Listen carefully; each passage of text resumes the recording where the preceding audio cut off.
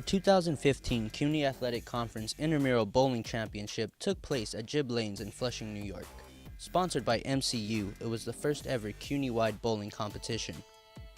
38 bowlers took to the lanes to participate and hopefully strike their way to a title.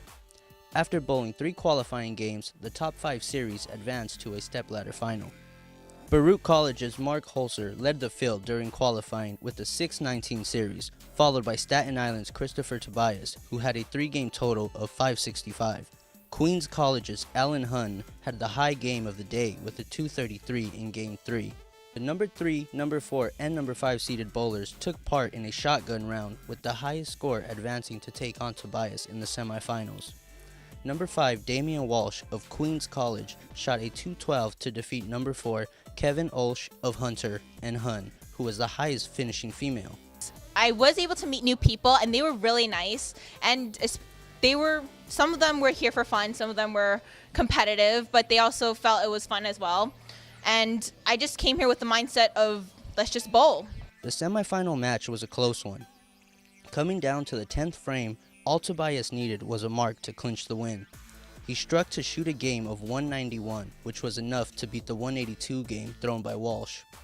The final match started off slow, with neither Tobias nor Holzer throwing a strike in the first 5 frames. Midway through the game, the competitors were tied at 65. It appeared spare shooting would dictate who would come out on top. Both bowlers had chances to put themselves ahead late in the match, but each split in the 8th frame. Holzer left a 4-10 split, and Tobias left a 4-6, leaving the bowlers tied at 122.